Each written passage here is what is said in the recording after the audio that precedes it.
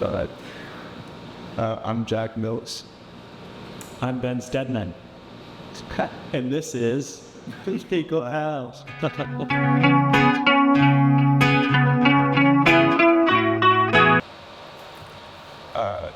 can tell you. Ben came to me, I guess, mid-April, and he had just finished his show, the exhibit, and he wanted to do a fashion show that was entirely centered around menswear. He came to me because we've known each other for, I guess, since the beginning of freshman year, so 2.5 years now. And he wanted to just go to a strict menswear show. I designed menswear clothes. That's how that's the synergy came together. Yeah, it was really a no-brainer reaching out to Jack. We had a class together and I brought it up. And I think as soon as I mentioned the idea of doing a show and basing around menswear, I just saw like the light in his eyes like shoot out, and you were really pumped about it right away, which I think just like put a lot of confidence in me, and we kept that energy the whole way, which was really great. But I knew that at a design school, people are interested in so many different parts of design, and it's just kind of lucky enough that we both like wearing wide fit khaki chinos and loafers and stuff. So we got kind of lucky, and the duo just made sense. And I guess I want people to think about the modernization of menswear, which I think comes from both of our experiences and the personal styles.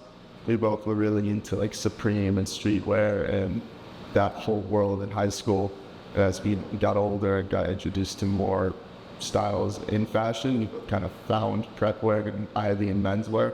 And our goal is to kind of combine the two and show that bridge between streetwear and menswear because they're so closely related. So I think that's what I would want people to gather, is people about.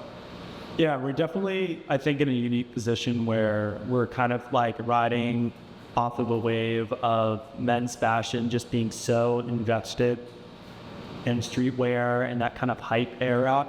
And that's kind of our origin story, but we've really tried, I think we found menswear, and we just feel like we have some new things to say about it. And we want to come in well-informed. We don't want to come in and try to destroy the whole thing and tear it all down, but we want to reinforce it with some new ideas because it's so old, and I think it's time for a new way. So I think for me as a designer, I want to make it a little bit more inclusive. And right now I feel that it's hard to get into because it's pretty complicated just in terms of understanding what menswear is, what suiting and workwear and prep wear and all these different elements that make menswear.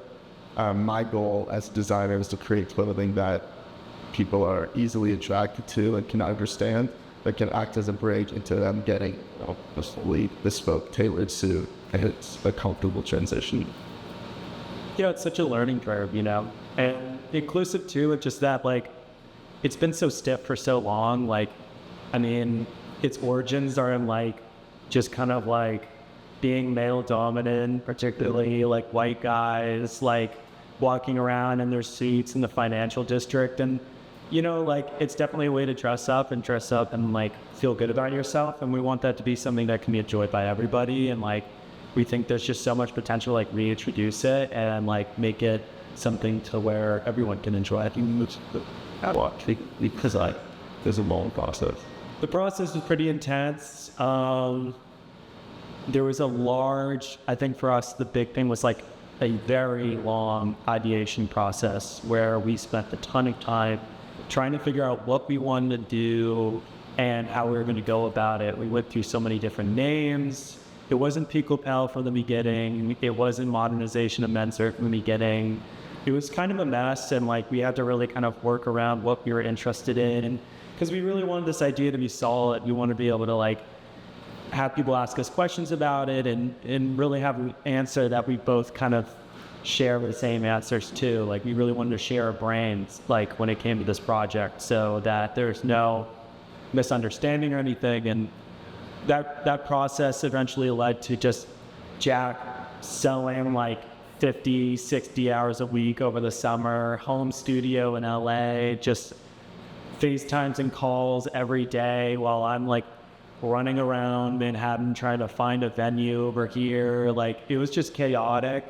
And I think like the special part of the process is that we both had a lot of trust in each other and a lot of open communication. So it was kind of this thing where Jack was able to go off on the West Coast of the United States and make this entire collection, and I'm here on the East Coast finding a place to put it, and we just were not really involved in each other's lives outside of just like giving each other information and updates as much as possible, you know.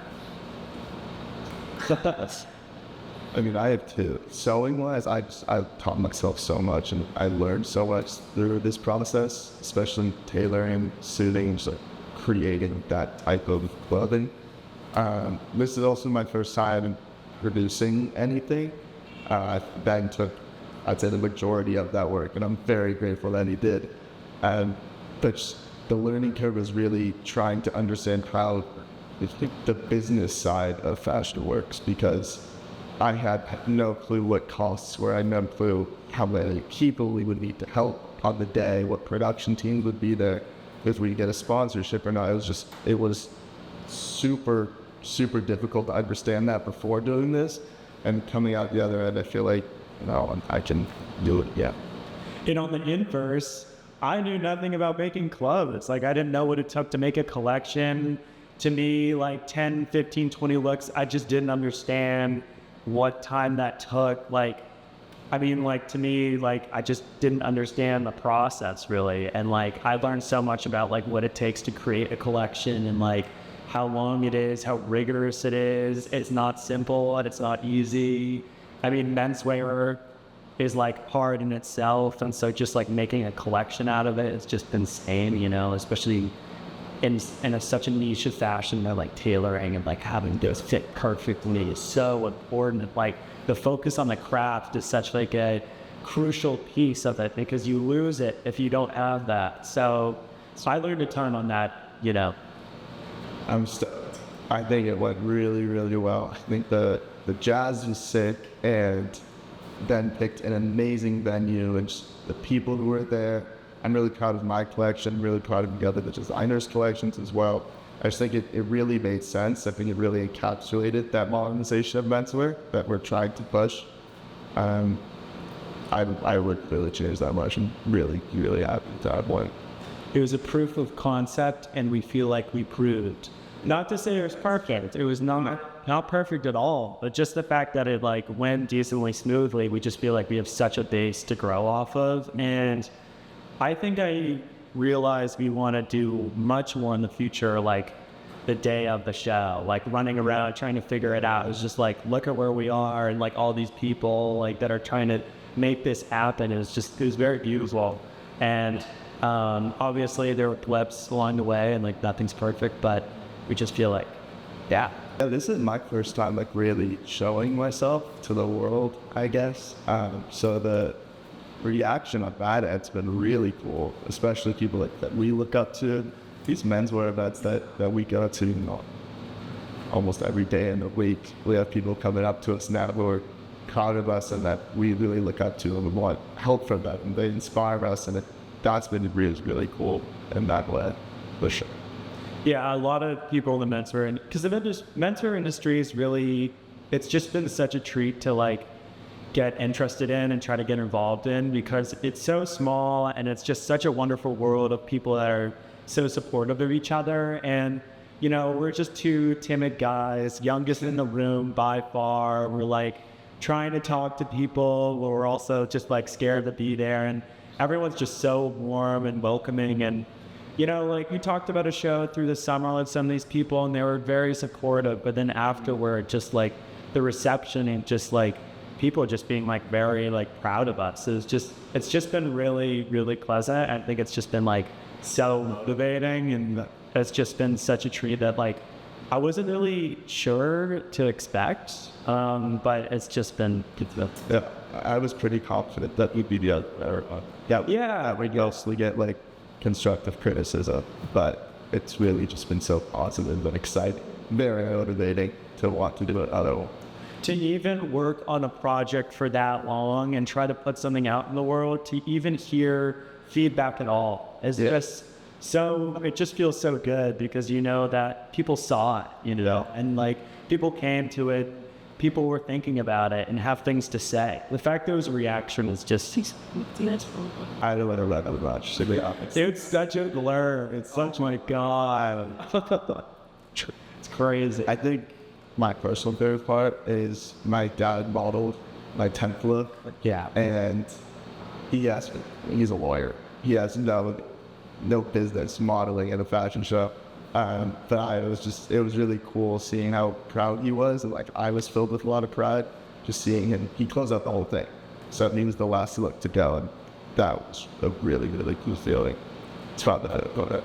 And to touch on like the parent theme, like, well, definitely just like Jack and I have had like such supportive families through the process. And my memory of like, my family came out just for one night just to see, and they went back up to Massachusetts. And I remember we were like, my heart was beating out of my chest and I was so stressed, running around trying to like figure out problems, like 2 hours to the show, whatever. And I remember all of a sudden, I didn't even know she was going to be there, but my mom was in the room and it was just like, Mom! And I like gave her this big hug and it was just such a like wonderful moment of just like seeing family and seeing the support that came out, because it was my first time seeing somebody that had actually come and arrived to see the show, and it like definitely made my heartbeat settle down a little bit, and it like gave me a ton of confidence. And So, yeah, I hope this isn't an obvious answer, but Ralph Lauren's like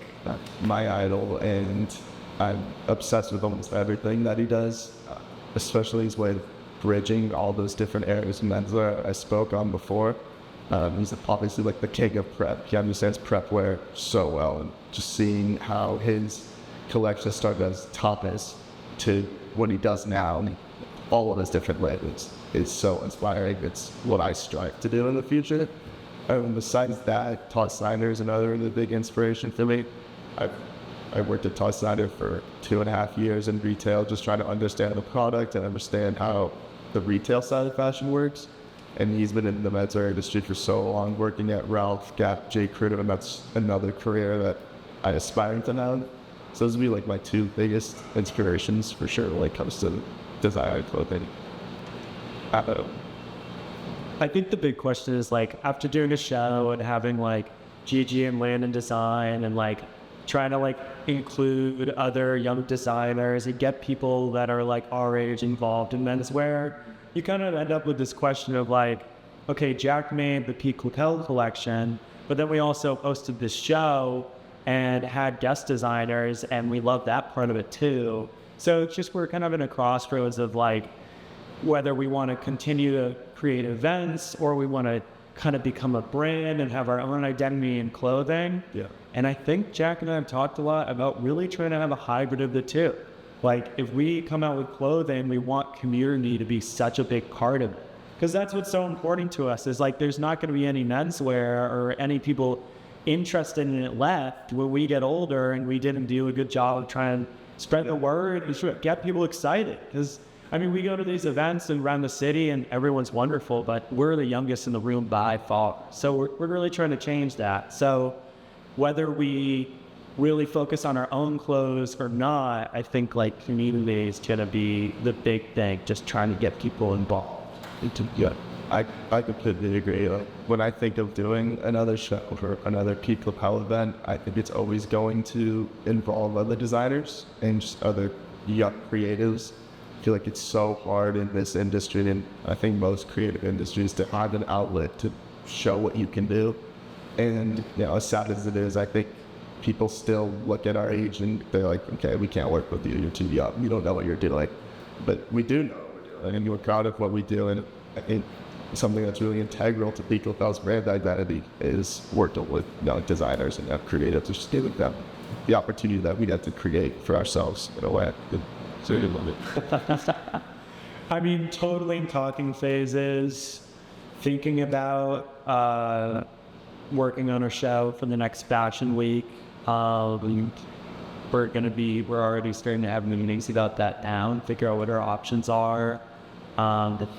I think regardless whether it's a show or not, just some sort of event in the future, just continuing, maybe even releasing clothes or something like, but we're continuing on. I think the big thing is like we just put a project out and we're just trying to get reception from people and hear what worked and what didn't work, and based off the reaction, kind of make a decision off of that. So, but it definitely won't be the end. Yeah, I know for myself, the morning after the show, I woke up and I felt like I had, like, I don't know what it really was. I didn't have any purpose. Like, you work on something for so many months, so intensely, 12 hours a day, and when you don't have that anymore, I was pretty sad.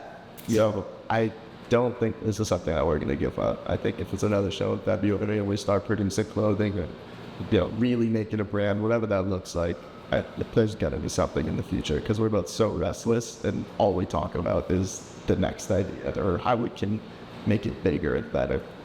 I could be lacking all the energy in the world, and then as soon as Jack and I get together and we start talking about Peak Lapel, I'm just like a million ideas come out. Like, it's just, we still have so much to say and so much to do, so much potential, just, it gets us so excited. So just keep following that, I think that's what we're trying to do. It's very motivating working with him, and it's great. Very motivating working with him. See you soon.